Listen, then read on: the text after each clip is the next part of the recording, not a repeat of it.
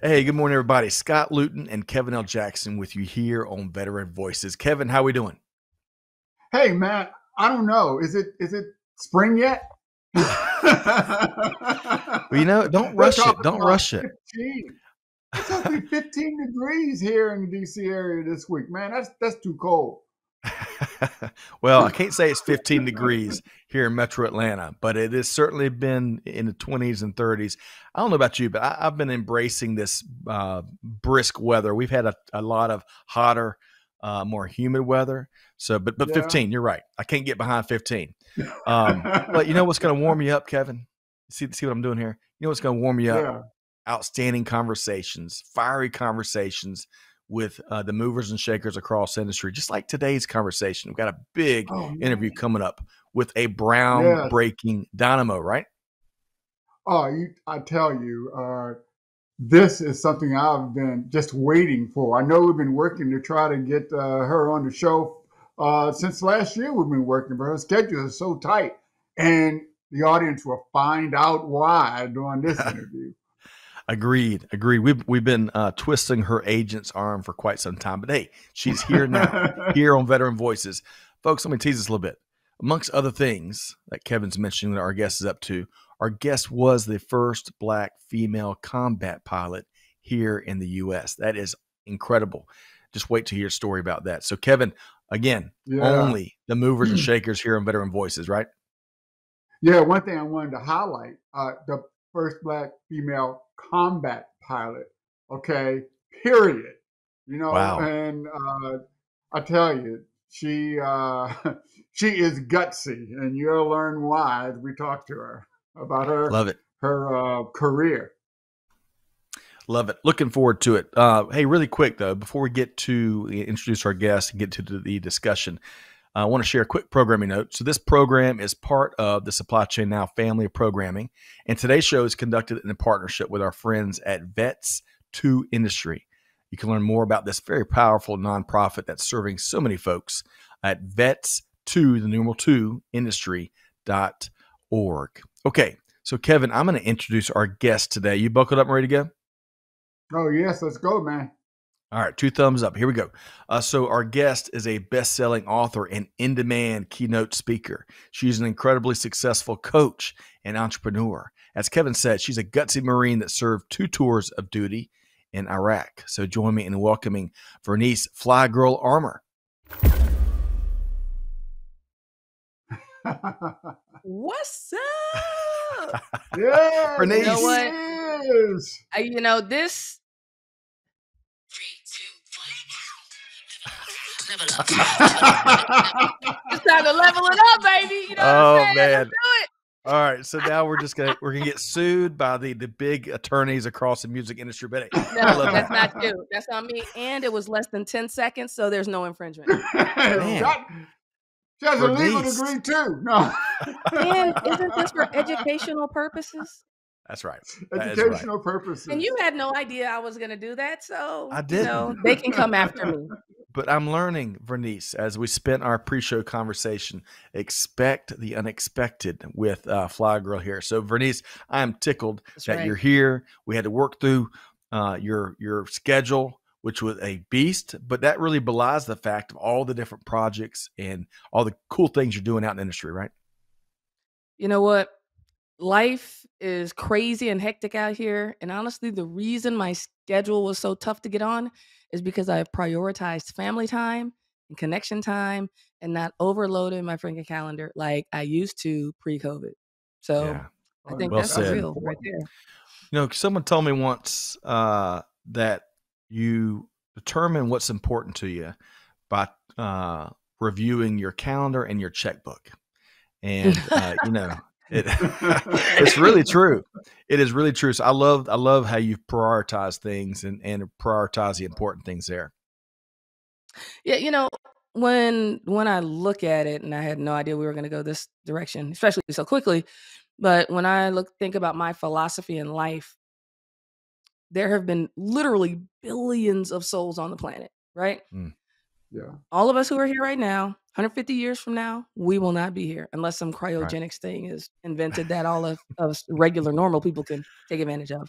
But Right. none of us will be here. And enjoy. Right. So while we are here, because really in the scheme of things, like the universe, like our lifetime's a blink of an eye, right? Right. Less. Well, what the hell are we doing here? What are you doing? What's your purpose on the planet? Why are you here?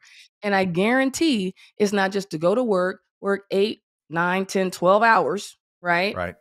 Rush your kids off to bed after doing homework, veg out on a couple hours of TV, wake up in the morning to do it again, living for the weekend and those 2 weeks of vacation every year. Like, and then the research shows that the average person only lives 2 years beyond retirement. Really? Man, 2 62. years. That's right. All right. Yes. So Right. I wanna get So more. why? So I'm trying to get people to live while they're living, right? And make Gutsy Moon, to get there, to create the life you really want. And yeah, I talk to business folks and executive women and veterans, and I have my peeps, that I like to talk to, my messages that I like to deliver.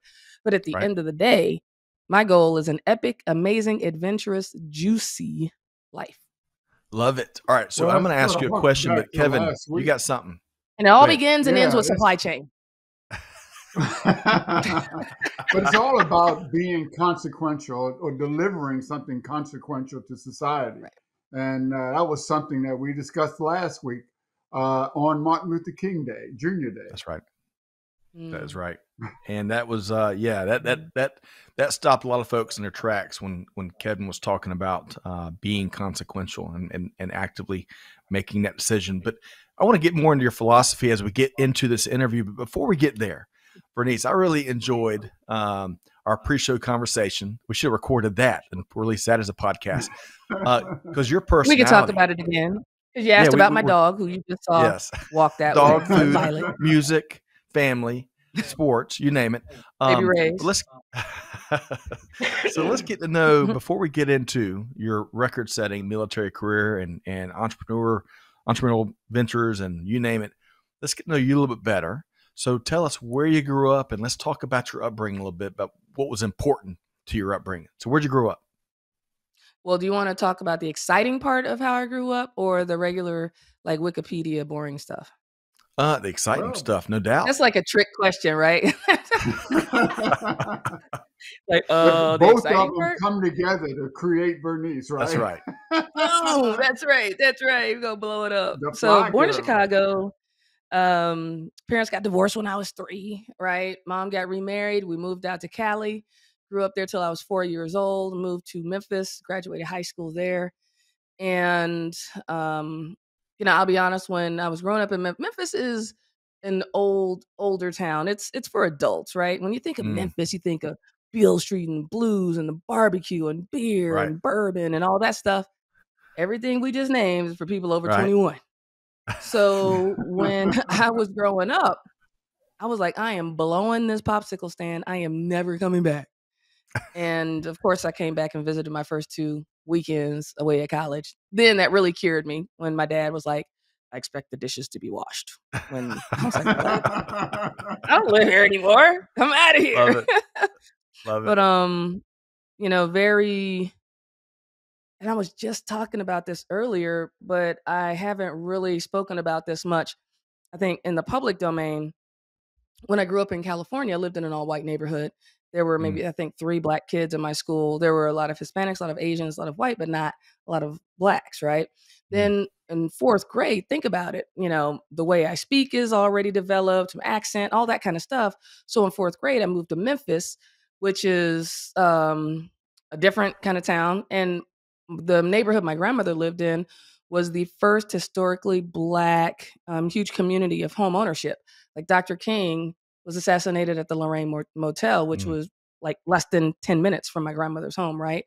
Wow. And now it's one of the toughest neighborhoods, I would think, in our nation, with over 50% of the land inside. The homes are either gone or dilapidated, and drugs and violence. I mean, it's just really tough. So for the transformation of that neighborhood, and then I moved there. And when I got there, it's like, oh, you talk like a white person, you have horses, you think you're this, you think you're that. And I'm like, wait a minute, back up. What does talk like a white person mean? I mean, correct grammar is white and incorrect grammar is black. And, so and I was in 4th grade, right? And on the second day of school, this girl was like, go, in my face. I was like, hit me. And she was like, pow. I was like, oh, I got blood went everywhere. The teacher thought I was a troublemaker. And at that point, that's when I started getting bullied, right? Because I was not telling anybody to hit me after that, right? So, I know you weren't looking for all of that when you asked me, where I grew up. But that kind of those transitions, right, that a lot of military families see moving around a lot, right. Even though it wasn't because of the military at that point in my childhood, but it really creates the person that we are, right? And there were some other things that really created the foundation of who I am. You'll probably ask me some questions and I'll be able to share more about that. But that's the gist. And then I went to Nashville, Murfreesboro, exactly, Middle Tennessee State University, graduated from school there. So, Kevin, I want to give you a chance. I want to, there's so much I want to ask you. Kevin, I'll give you a chance to follow up to that. And then I'm going to circle back before we talk military and talk a few other topics about Memphis. Kevin, your response to what she shared. Well, one thing I was, you said before we talk military, but your life, your experience is what creates you. And I mean, we didn't say this earlier, but Vernice and I are actual first cousins. Don't tell anybody. Right. So right. we've known each other for a long time, like all our lives. Exactly. Right? And I'm going to say, I know it's off color, but it's like, not only are we just not Black and related, but we're like actual family. Like for real, for real. Oh, gosh. And,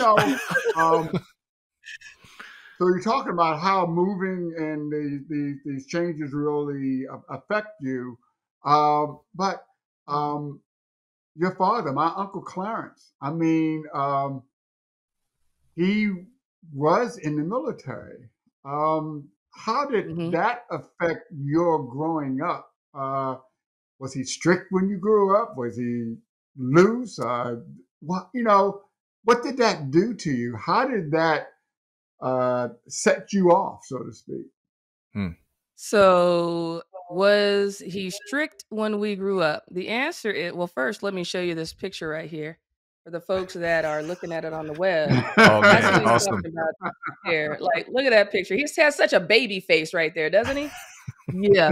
No, I mean, he was like a drill instructor on the drill field too. And he played for the Colts when they were back in Baltimore, way back in the day. Wow. So this guy not only was he a 3-tour Vietnam vet and my American hero, this guy was tough, right? And I remember we would say, oh man, Dad, we're cold. He's like, you're not cold. It's just your imagination. I'm like, no, I can see my breath. Really cold. And this is in the morning, waking up, right? It's like no heat at night. Get under your covers. No, my dad was amazing. He taught me about integrity, and your word being everything. Lying. Yep. Oh my God. I was afraid to lie well into adulthood because it was just so not in my DNA. Because if there was anything my dad couldn't stand, number one, it was a lie. And he said, if you lie, now we have to deal with the lie and the truth because I'm going to find out. And that's really deep when you think about it. I remember he used to hold his hands up and he'd say, hit me. I'm like, so he taught me how to be tough and protect myself and take up for who I am and stand up and speak up. He got my very first pony when I was 6 years old, right? I wanted to be a cop that rode a horse downtown. I got my first pony. I'm like, yes, I am halfway there, right? I'll need a ticket book and a badge and I'll start issuing citations. Right. I'm surprised I didn't get a notebook paper and try to give people tickets or something. But no, he was an amazing guy. I had a great childhood. As tough and as firm as he was also loving and compassionate, right? So I really had a great mentor and role model and a great guy I could always talk to, right? Great guy. That's Clarence Armour? Clarence Jackson. No, Jackson. Remember, my parents got Jackson. divorced when I was 3, so I still have my father's last name, Action Jackson. Come on now. Yeah, and my father, Gilbert, he went in the Marine also. But that's one reason I actually asked you that, because is that what made you become a jarhead? I mean, a Marine? Oh my God. Oh man. So we're already stepping in. We're already stepping in. So, So okay, I'm gonna look, I tell this had to one do joke, that and this being is a not about Navy, Navy or Marine or Army. So I was on the train in Atlanta. I live in Atlanta now. I've been here for 6 years, and I got on, and this older gentleman, he looked at me and he said, "Hey, were you in the military?" And I said, "Yes, sir, Marine Corps." And he go, "Oh, that's great." And most people say, "Oh, wow, thank you for your service." He said, "Oh, wow, I was never in the military, but I did retire out of the Air Force after 30 years." Oh man. Oh, So, all my Vernice, that airmen hurts brothers Oh, and here. sisters, he said that joke. I did not make it up, and it was I was like, "Oh my god, that is hilarious." So, feel free to hit me up on LinkedIn, Instagram, all that stuff, and give me my jazz back. It's cool. It's because you all have your share Marine jokes out there, and that's okay. That's okay. look at that. We got Air Force, Marine, and Navy all on the same screen. Oh, it's That's right. amazing. Yep. So, all right. So let's talk What? your why, right, Kevin? Right? Your why Say for again? joining. Your why for joining the Yes, yeah, Marines, right? yeah. Why joining the Marines? I mean, I mean, Scott already talked about the fact that you are first black female combat pilot. Did you want to fly? Is that why you went to the Marine? Because that's not the first, branch you would Yes, think ma'am. about if you wanted to fly. Right. So, actually, my grandfather was a Mumford Point Marine, right? Which is, for those that don't know about the Mumford Point Marines, 1942, signed the order. Um, the Mumford Point Marines were the first to desegregate the Marine Corps, just like the Mm, Tuskegee Airmen with flying, right? Marine. Many don't know that the Marine Corps actually had 3 places for boot camp, not just San Diego and Parris Island, but Camp Johnson, which is where Black Marines went to go through boot camp. It is no longer in existence now. It's just um, Parris Island or San Diego now. But my grandfather went off to war. My dad, Clarence, a couple tours in Vietnam. He was in the Korean War, and I wanted to be third generation Marine Corps. Now, all that being said, when I first got to college, I did enter the delayed entry program in August of 92, went through Fort Jackson in January of 93, enlisted, came back in the summer, made up my classes because I withdrew for a semester to go through training, then entered ROTC, Army ROTC. We didn't have Navy ROTC at my campus. Ended up becoming a police officer, which again, I wanted to do, since I was a little kid, and eventually went on to become a Marine. I usually say, and then I saw the light, right? I So can't just help by it. I can't help by it. Right, but just by right. thinking about that and sort of part of your life, you've also served as a diversity liaison officer at the Pentagon. So as you look back Mhm. on the life, did did it prepare you for your experience, or did your experience create your life?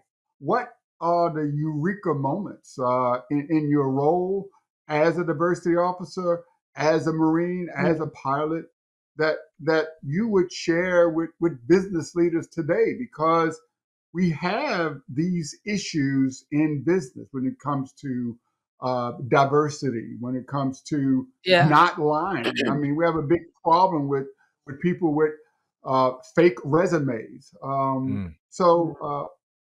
What have you learned in your life that you would Yeah, it's share? interesting. And I'll start off by saying, I am well aware that most of the folks listening to this podcast don't look like me, right? They're probably middle-aged white guys, throw in a couple women, and then you have the rare person, me, right?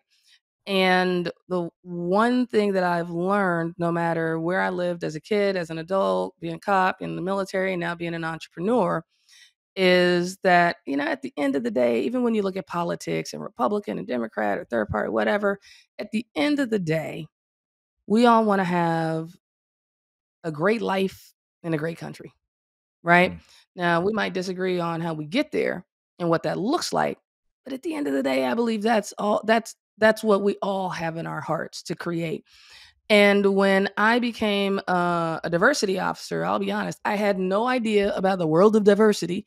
And I was pissed. I got moved to headquarters Marine Corps as a diversity officer in the equal opportunity. I was like, what? I mean, how did I get moved to equal opportunity? They said, well, Armor, they wanted a black female pilot. I'm like, I'm the only one. How equal is that? Right? Now, I wasn't the only one in the Marine Corps at the time. There were two others, Miska and Elizabeth. I was the only one up for orders, right? And there were only 3 black female pilots in the Marine Corps. Wow. And that was back in 2001, 2002 when we all came in. And there has not been another black female pilot. Right. Not too long ago. And 20 years ago. Right. And I think we just got another black female pilot in the Marine Corps. Should there be 20 years between a woman becoming a black female? And let's be honest, when I first applied to the Marine Corps, I didn't get in. There's an 88% attrition rate. After the first year, 88% of people don't reapply. So I was part of that 12% that applied the second year, didn't make it. Third year, didn't make it. The fourth year, they're probably thinking, okay, this chick's not going away. Right? And I was invited to go to officer candidate school, made it through, graduated from flight school, number 1 out of my class of 12 and number 1 out of the last 200 folks to graduate. Wow. Because I was super focused and I knew that I was doing something that hadn't been done before. And I knew a lot of eyes were on me and I wanted to do the best that I could do. And I wanted to fly Cobras. And the number 1 guy got to pick whatever they wanted to fly, whether it was available or not, you still got it. So I was determined to fly Cobras. So really quick. So when you say Cobras, we're talking about the Huey Cobra gunship, right? Huey. Oh, I'm sorry. Who did you say? Air Force? Well, I couldn't remember who made the Cobra. I thought Huey. Well, so they do call it the skid kids. Hueys have skids and Cobras have skids. Okay. But the Huey is troop transport. It has crew chiefs on the side shooting the gun. It's what you see in Vietnam, right? Right. And right. for the most part in all the movies. And then the Cobra is tandem, 2 pilots, can't carry any passengers, 20 millimeter Gatling gun out the front. And the Army used to have Cobras as well. Then they switched to the Apache platform. Marine Corps, of course, limited budget. We say we're sticking with the Cobras. And now they're on the Zulu model, which is 4-blade, glass cockpit. Absolutely amazing piece of gear. Oh, man. Okay. So I promise you, I've actually ridden in a helicopter before. Not the Huey, but the Black Hawk. I got an incentive ride over Atlanta about a year or 2 ago. Fascinating. What? Fascinating. Amazing. Yeah. I went through, have you ever heard of the group called Vetlanta? Space here in Atlanta? No. Big I need to be connected. Definitely. We got to talk about that.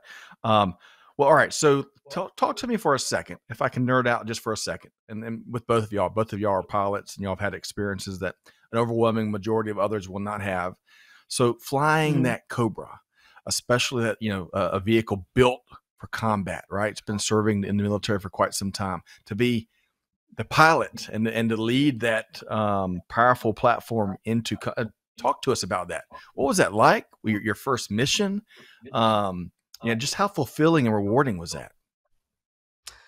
And I'll throw the diversity piece in again as well. Only because, diversity is not a buzzword for me. It's not something that's just a fad or a thing. It really had it's real, right? I saw a Black female in a flight suit when I was at advanced leadership school at Fort Bragg, right? Leadership Advanced Camp.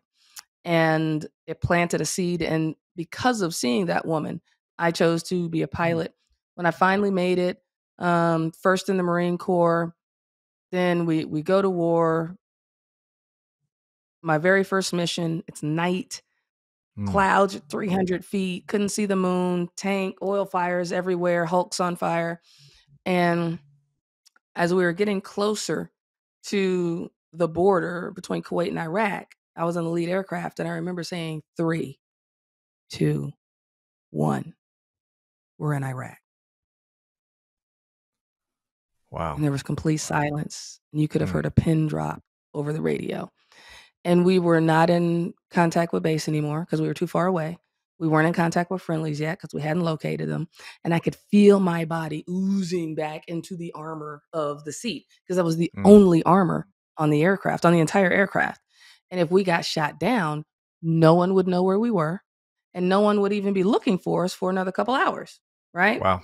So it was this crazy feeling, and I could feel even the fear, right, of just like, oh my, we're not shooting at tires, and people are shooting at us, trying to take us out of the sky. And I could feel the fear, just kind of emanating out from my body. And those that can see me, it's just like explosion.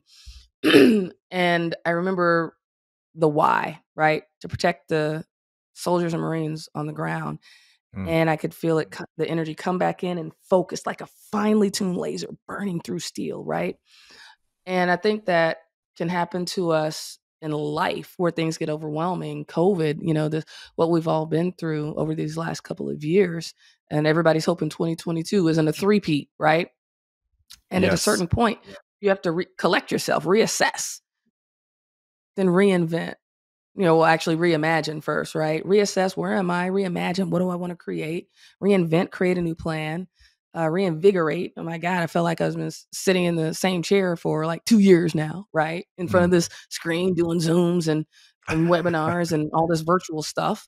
Right. And then re-engage, re-attack, get back out there. So now a lot of live events are coming back online. And over that time of COVID, I think a lot of people got to reassess, reimagine where they are in life and put some things in perspective about what is life and how am I spending it and what am I doing with it and what do I want to create with it, right? So it's been an amazing couple of years with definitely some challenges, some ups and downs, but I believe opportunities or obstacles are just opportunities in disguise, as Napoleon Hill would say. But I really like the way you said that about how you have to reimagine yourself and figure out not where you are, but what you would be. And one of the things we try to do on Veteran Voices is speak to those veterans that are transitioning out of the military. I mean, so you came from, riding a gunship to, being a regular person, trying to figure out how do you reimagine yourself? How do you transition out of the military? How do you change your mindset? How difficult was that? What would you share with that military individual that was doing one thing one day and now they're a civilian? Well, the script a little bit. So Scott, when you transitioned, when you founded Supply Chain Now, right? Right. As founder, CEO, what was your thought process on, hey, I want to create this big thing? And did you imagine it as a big thing when you first created it? Or were you thinking, this is my little niche right here and I'm going to work in this spot, and it grew into something you never imagined? Yeah, certainly the latter. And like you, as you crossed over into Iraq, that fear, if we're going to be honest, that fear, because, especially when you're an entrepreneur, you're flying. I mean, of course, with support and like incredibly capable and intelligent wife and partner in crime, but holy cow, the fear of creating, kind of being independent. So yeah, definitely the latter. It was you're going to follow your passions and see what you can build, right? Yeah. And Kevin, I've known you ever since I was like, 5 or 6 years old. And I just thought it was cool that my older cousin was a jet jock and, he walked around all cool. I saw your pictures, right? And after the military, you've worked inside of corporate America and you've also been an entrepreneur. You've written a best-selling book. I mean, how did you see yourself stepping out in that direction? Well, I know I flipped the table. I flipped the tables on you guys. You did. I know. Who's being interviewed here, right? But it's sort of like something that I've used in my life is to look at redevelop my 5-year plan every year. So I try to reimagine what I want to do in the future and do today what I need to do to get there. Now, it always changes. It's never the same thing.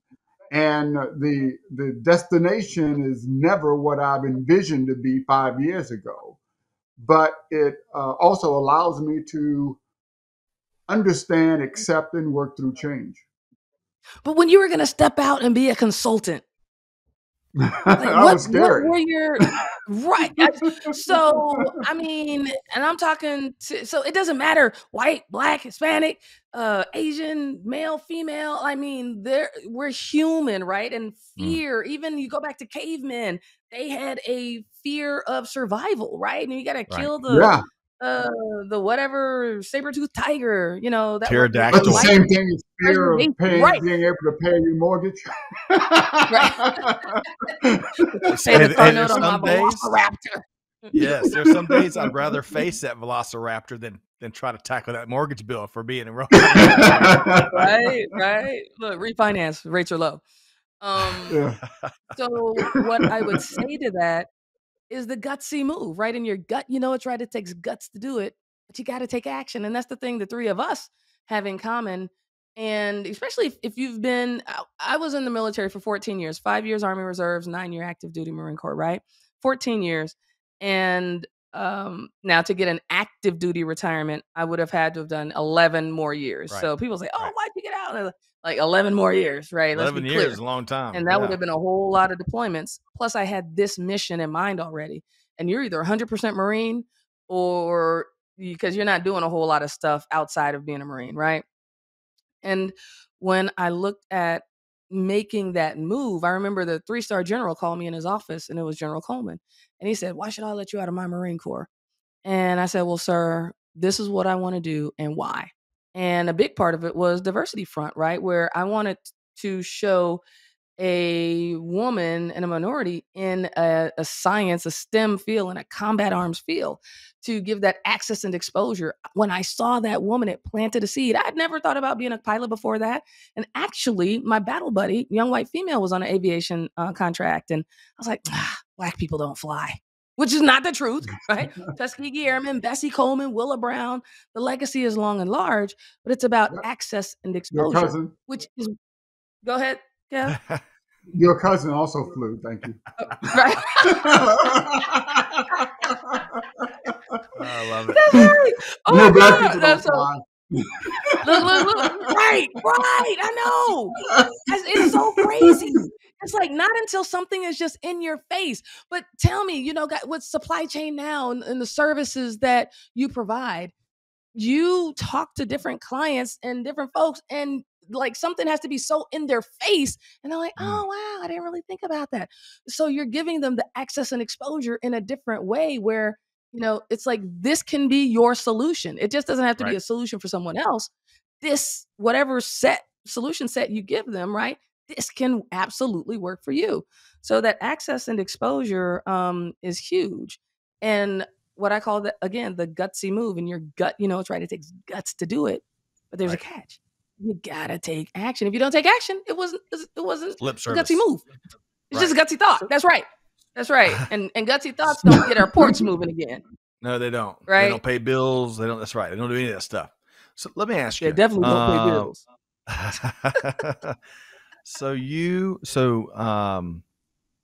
That 3-star General Coleman, I think was his name or her name.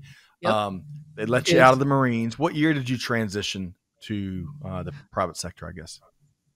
August 2007. Now, my last day on terminal leave was June 1st. And I had 6 gigs lined up for that month. And folks, well, how did you already have 6 gigs before you even got out? So there's this thing called networking that I had no idea what it was. Okay. Didn't know I was doing it.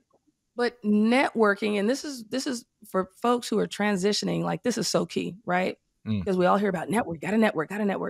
Networking is relationship building. It's not how fast can I work the room and shove a card in somebody's face. I actually got to the point where I didn't even give my card to anyone unless they asked for it, right? And when I first walked in, or whenever I got introduced to someone new, I didn't ask, what did they do? I said, how can I be of service?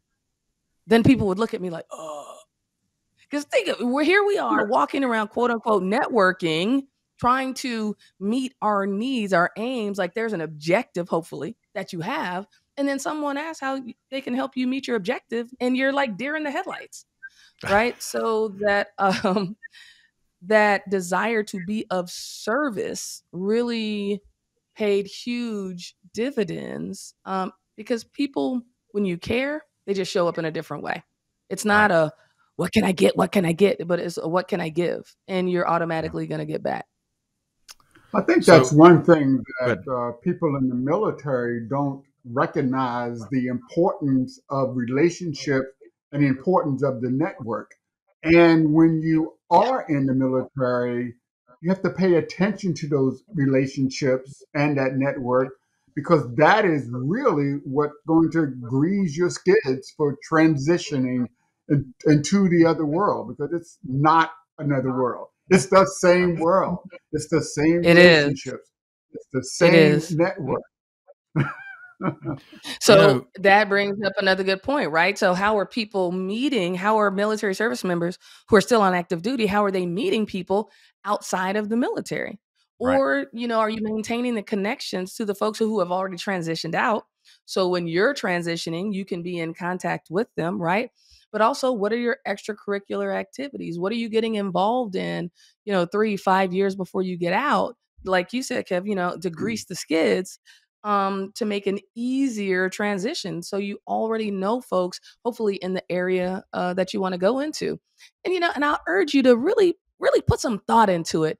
If you've given 10, 15, 20, 25 years, 30 years to our great country, you can absolutely be a Beltway bandit. You can absolutely get out of your uniform on Friday and throw on a business suit on Monday and go back and be a GS or SES or whatever.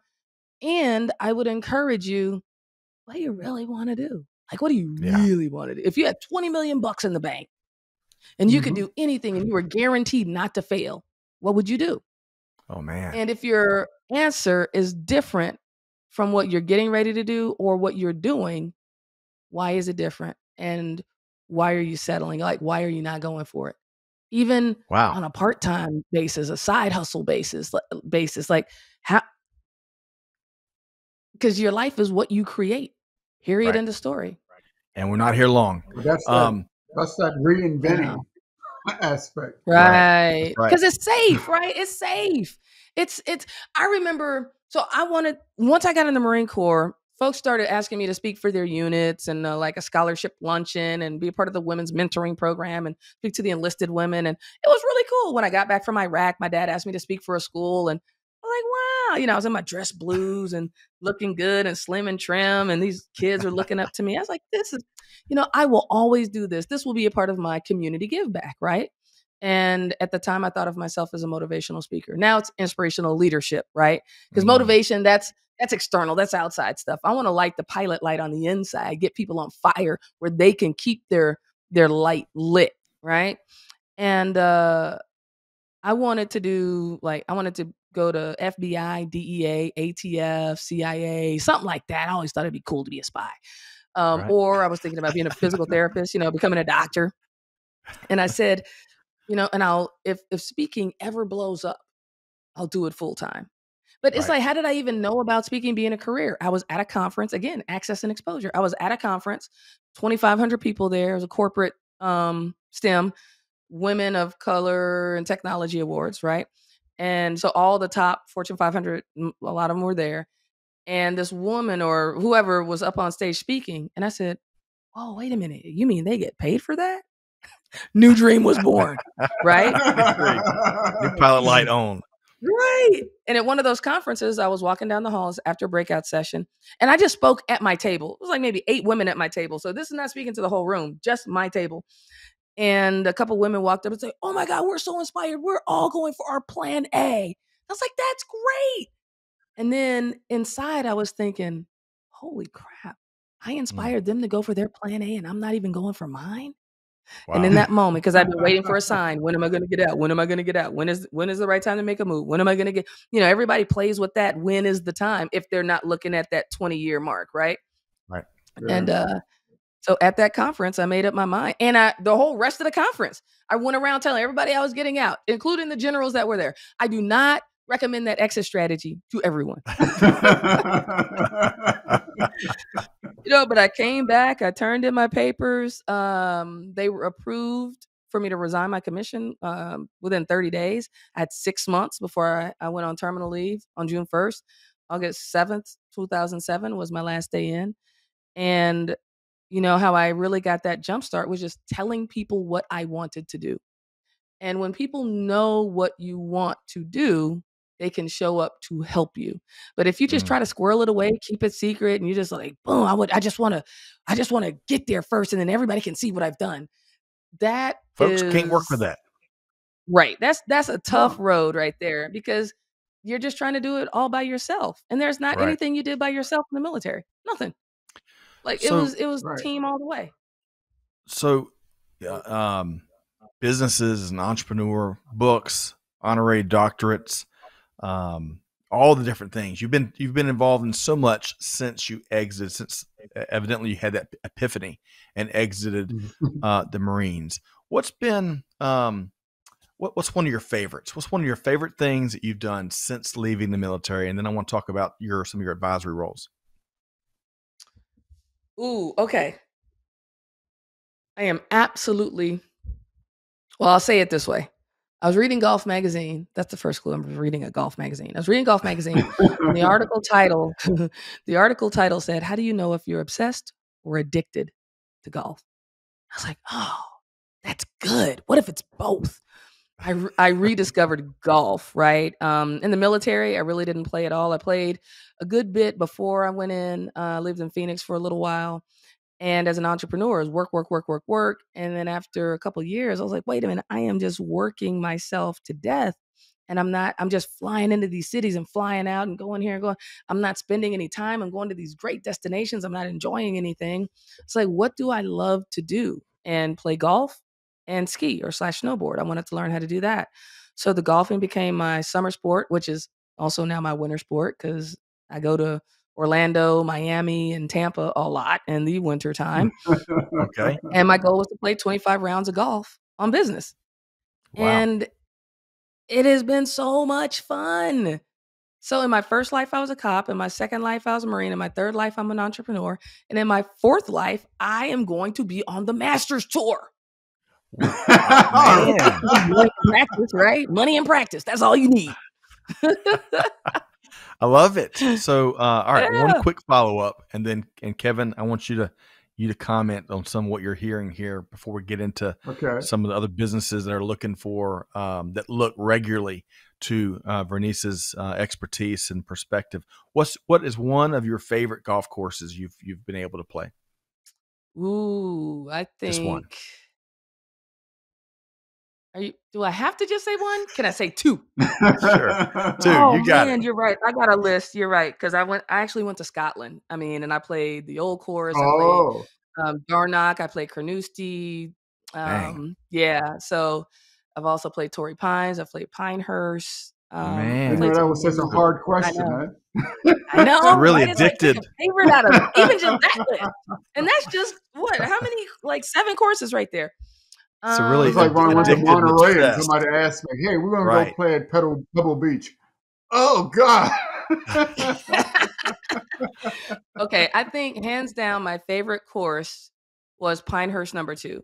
The U.S. Open had just been played, and when I was on the tee, because it's links, right? It's links island. You're looking down the first 4 holes before it makes that right turn. And and you could see all the foursomes with all their caddies walking down. And I was like, oh my God, Tiger Woods was just walking on this course, this person. And you think of all the historical folks who have walked those same steps. And to cap it off, I finished with the same ball I started with. Dang, man. All right. So Vernice, we're gonna have to get into some golf tips at some point. You send me some consulting invoices. All right. So these next two, I want to get Kevin. Go ahead, Kevin. No. I was a lot of things we've been thinking about is about internal, right? because Vernice was talking about she really wanted to light the internal fire of people. And she was talking about when she was sitting at this table with 8 people, which she sort of discovered her own fire. And this kind of really puts into my face, what I really know about you and your goal to help people go from zero to breakthrough. See how I did that? Oh, But baby, I like how you work that in. I like how you work that in. because that zero is that beginning where you don't know That's right. what you want to do and trying to find your fire. But what you don't know is how long will it take to your breakthrough? Can I survive paying the mortgage until I get my breakthrough? That's so good. And you've developed this success model. So I want to know, how does somebody, the second they find their internal fire and they've made that decision to do it, whatever it is, until they break through, that fear of, well, will I ever break through? How long will it take me to break through? Will I lose my house before I break through? What is that success model? What is it? How do you leverage that model? How does it impact an individual and maybe a business or a CEO of a business? 4 months into my business, I found myself behind in the house note. Partner, kid, mom was living with us. I mean, I was not just some young kid out just willy-nilly. I'm going for it. I was going for it, but I also had a responsibility and people depending on me.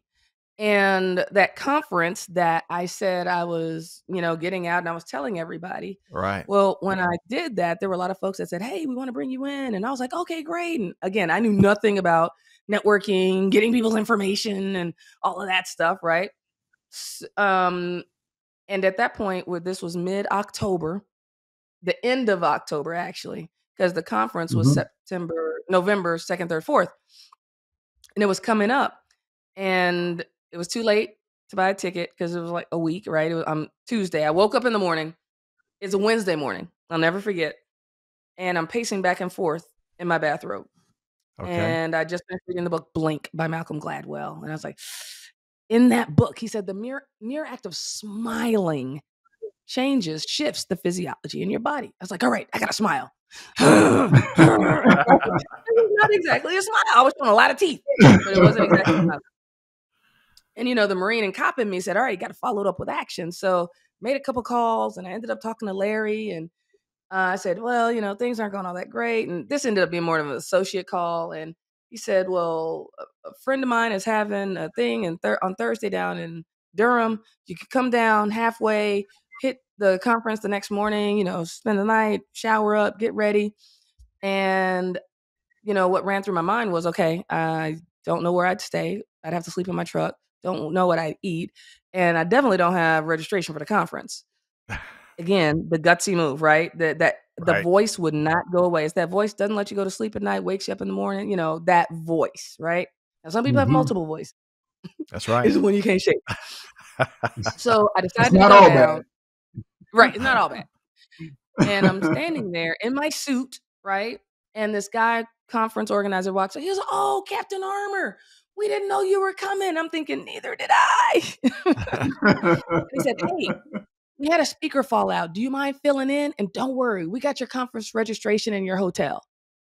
I was like, what? And it was also one of those conferences where they feed you, at the banquets and luncheons and all that. Oh, man. So in that moment, it's like the stars just aligned. But it's like that Indiana Jones movie where he has to step out into the canyon and then the pylon comes up and meets his foot. Right. But at first he was just stepping out, or like the movie Like blind Onward, faith. right?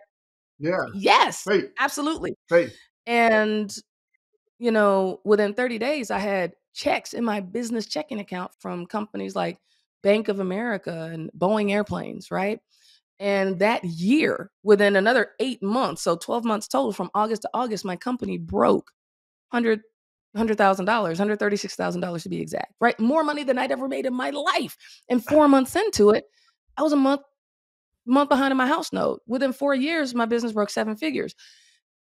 I almost shudder to think where I would be right now had I not made that gutsy move, right? So many people say, well, what if this, what if the fear, it's not what if I do. It's like, my God, what if you don't? What future are you putting at risk? What security are you throwing away for your family? What, for your kids, college? And it's not what if you do. The real question is, what if you don't? What's the cost? Well, see, so you've foreshadowed my next question, because you've written many books and bestsellers, right? And the next book is entitled The Gutsy Moon. So that's when you're at that zero before you can even start towards that breakthrough. You've told us about your gutsy move. How can somebody that is behind in their mortgage and has all these responsibilities and really only has that vision and a fire inside of them, what is your advice for making that gutsy move? No, that's good. Number one, it doesn't have to be all or nothing like I did, right? It just doesn't have to be that way. There can be preparation, but don't let it be preparation on ice. Sometimes you just have to be ignorance on fire. And Les Brown had a saying, he's like, if it's worth doing ugly. Meaning it won't be all the way perfect, won't be all the way pretty, won't be all the way polished and put in place, but you have to start taking action. The supply chain now isn't the supply chain of the day it was started. It's completely different. It has evolved. It has transformed, right? So how do we start from where we are? And that's really what zero means. Zero is today, right now, because there's no before, there's no after. We're right here. How do we, me and my helicopter analogies. I'm not a sexy jet. I don't need all that runway. I don't need all that runway. You can just put me in a field. I'm going to pick up. I'm going to take off from where I am. So that's my thing. Who needs a runway? Take off from where you are. From zero to boom, breakthrough, right? As soon as my skids lift up off the ground, I am in flight. Even if I'm hovering, I'm still in flight. I am taking action, and you keep taking action and build up that momentum. So no matter where you are, write out an action strategy, write out a plan. And you don't have to do this by yourself. You don't have to do it in a vacuum. Who is someone that is already on the path to where you want to be? Ask them some specific questions. Ask for some mentoring time, and once you get those first steps, you don't have to have the whole plan to start taking action. Dr. King said you don't have to see the whole staircase to take the first step, right?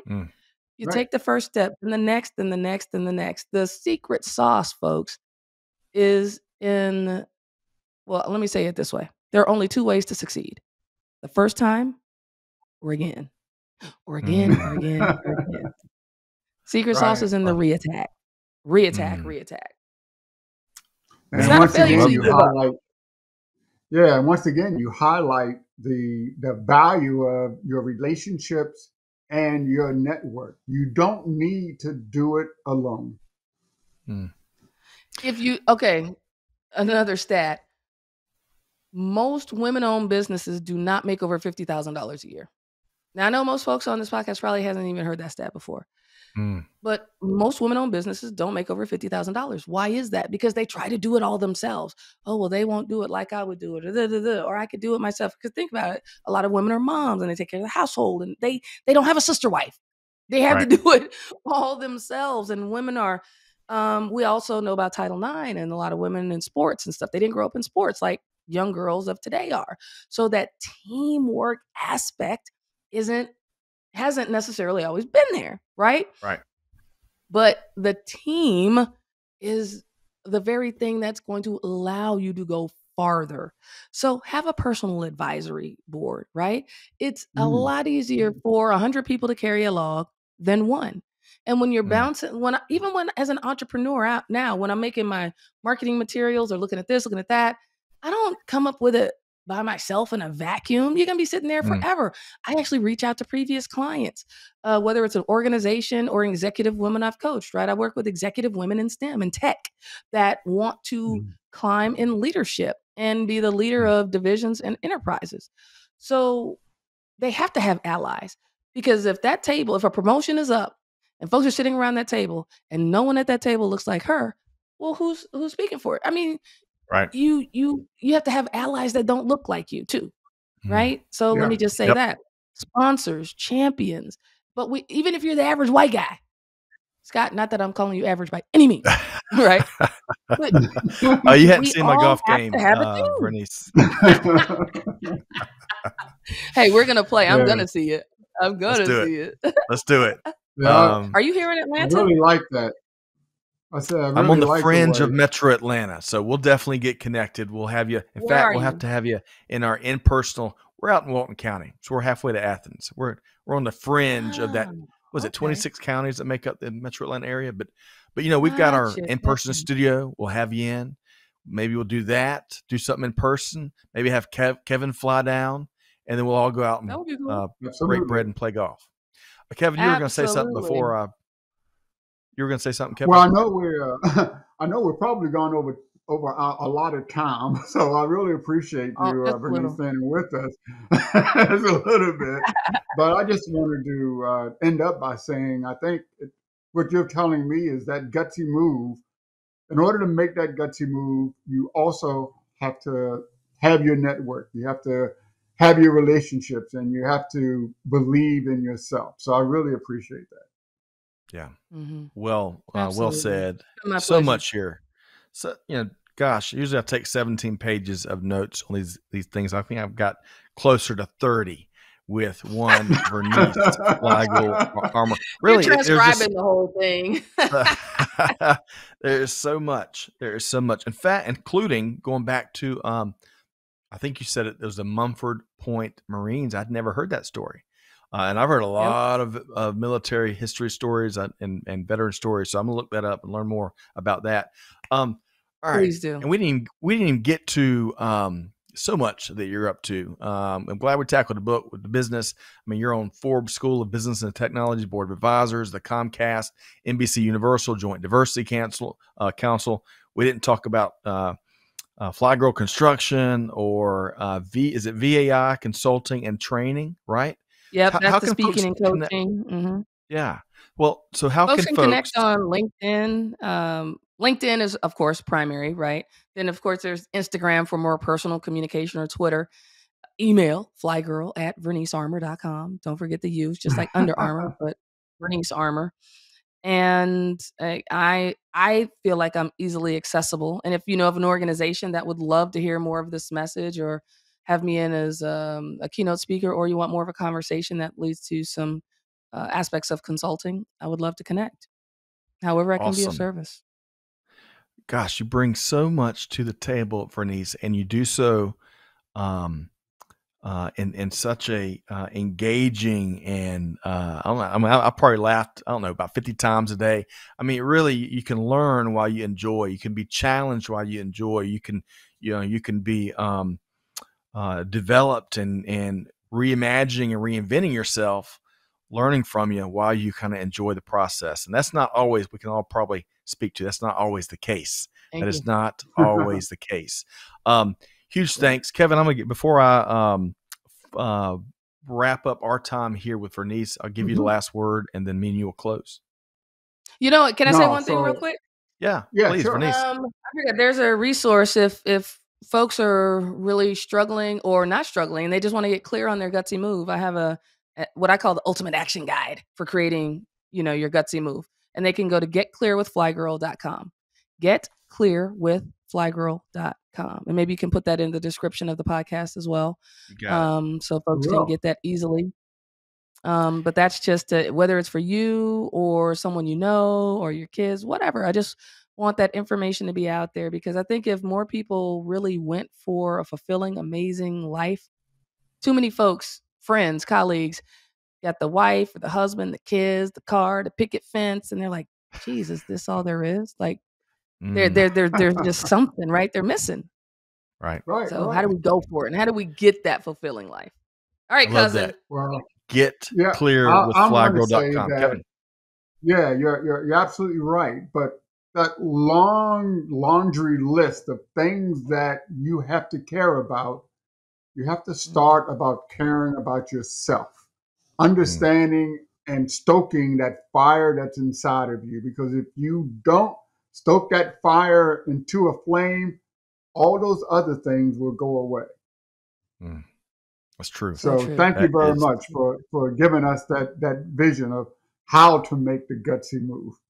That's right. Absolutely. Find that fire and then pour gasoline on top.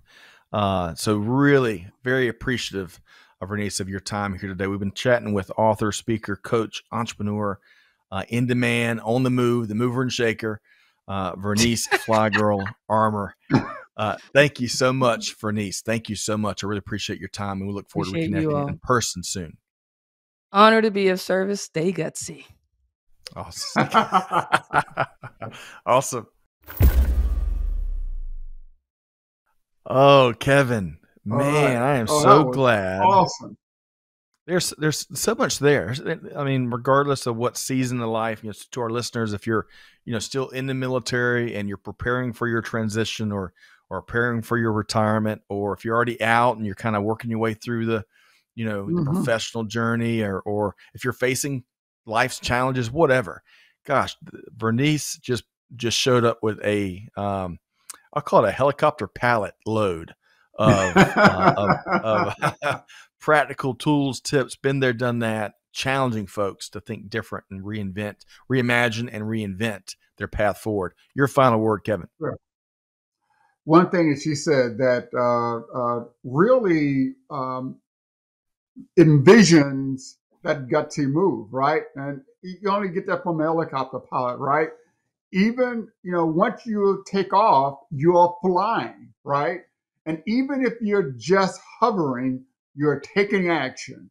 So when you need to change your life, or you need to have a transition, or you need to do something, take action. Just because you're in the same place doesn't mean you're not flying. That is true. I love that, Kevin. What a great point to spike the football on. Okay, how can folks connect with the one and only Kevin L. Jackson? Of course, Digital Transformers, your books, your business. Gosh, you've got a bunch of things going on too. How can folks connect with you? Well, absolutely. Kevin at kevinljackson.com, or Digital Transformers on Supply Chain Now. And we have a great year lined up. So just reach out anytime or on LinkedIn. I love it. Love that. Love our collaboration, Kevin. Again, thanks so much for facilitating today's interview with the Fly Girl, Vernice Armor. Loved her passion, her challenge, her story. Her fire. Her fire. That's right. That pilot light is still burning bright. Hey, folks. Hopefully you found this last hour or so really helpful and inspiring, and hopefully you're going to take action, because that's what it's all about, no matter how small that first step. On behalf of our entire team here at Veteran Voices, we invite you to find us and subscribe to wherever you get your podcast. You can look up Veteran Voices there. Of course, big thanks to our friends at Vets to Industry, and learn more. Especially if you're a veteran getting through your transition or getting ready, vets2industry.org have lots and lots of resources. So check that out. Get clear with flygirl.com was the free resource that Vernice just shared with us. So check that out. And beyond it all, hey, Scott Luton and Kevin L. Jackson signing off for now. Wishing our listeners, hey, nothing but the best. Challenging you, though. Challenging you. Do good. Give forward. Be the change that's needed. And on that note, we'll see you next time right back here on Veteran Voices. Thanks, everybody. Bye.